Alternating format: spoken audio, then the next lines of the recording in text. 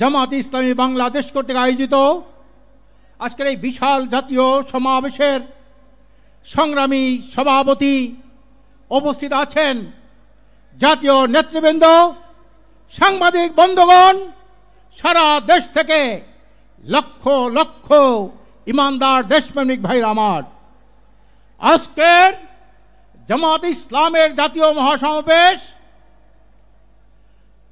28শে June এইখানেই ছিল ইসলামী আন্দোলন বাংলাদেশের মহাসমাবেশ এবং সারা বাংলাদেশে এনসিপি কর্তৃক যে পদযাত্রায় যে লোক সমাগম হয়েছে, এই তিনটা জিনিস মিলালে এদেশে প্রমাণ হয় এদেশের মানুষ একটা পরিবর্তন চায়।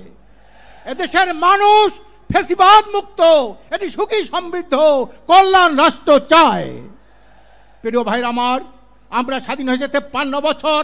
53 বছরের মধ্যে এদেশে অনেক নেতার পরিবর্তন হয়েছে, দফার পরিবর্তন হয়েছে, বাংলার রূপের অনেক পরিবর্তন হয়েছে, কিন্তু ফ্যাসিজম থেকে এই দেশ ও জাতি মুক্তি পায় নাই।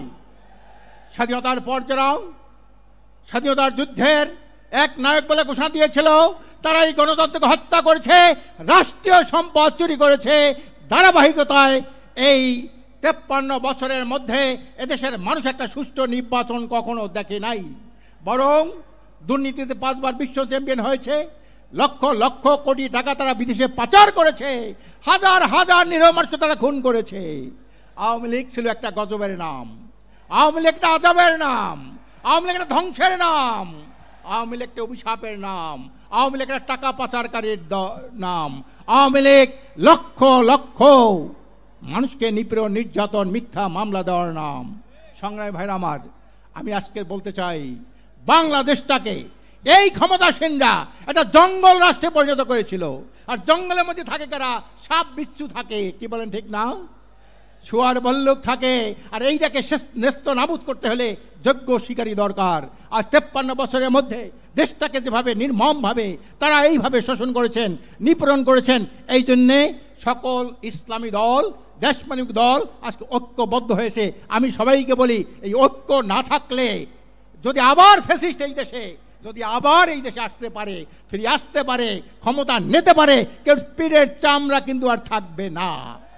এই জন্যে এখন থেকে আমাদের ঐক্যবদ্ধ হতে হবে।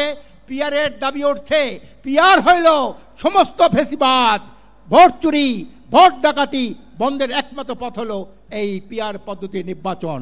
সংগ্রামী ভাইরা আমার, আজকের ঐক্যমত্য কমিশনে আমরা জামাত ইসলাম সহ অধিকাংশ দল আজকের আমার পিয়ার পদ্ধতির নির্বাচন চাই।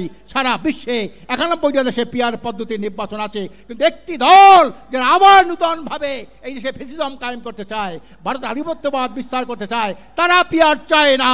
আমরা পরিষ্কার বলছি, আমি ওখানেও বলেছি, প্রয়োজনে রাজপথে দেখা হবে।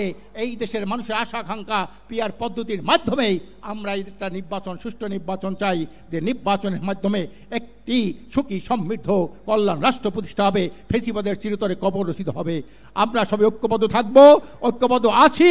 আল্লাহর রহমতে এর মধ্যে কোনো শয়তান যেন আমাদের মধ্যে কোনো ফাটল ধরাতে না পারে, এই আশাবাদ ব্যক্ত করে আমি আমার বক্তব্য শেষ করছি।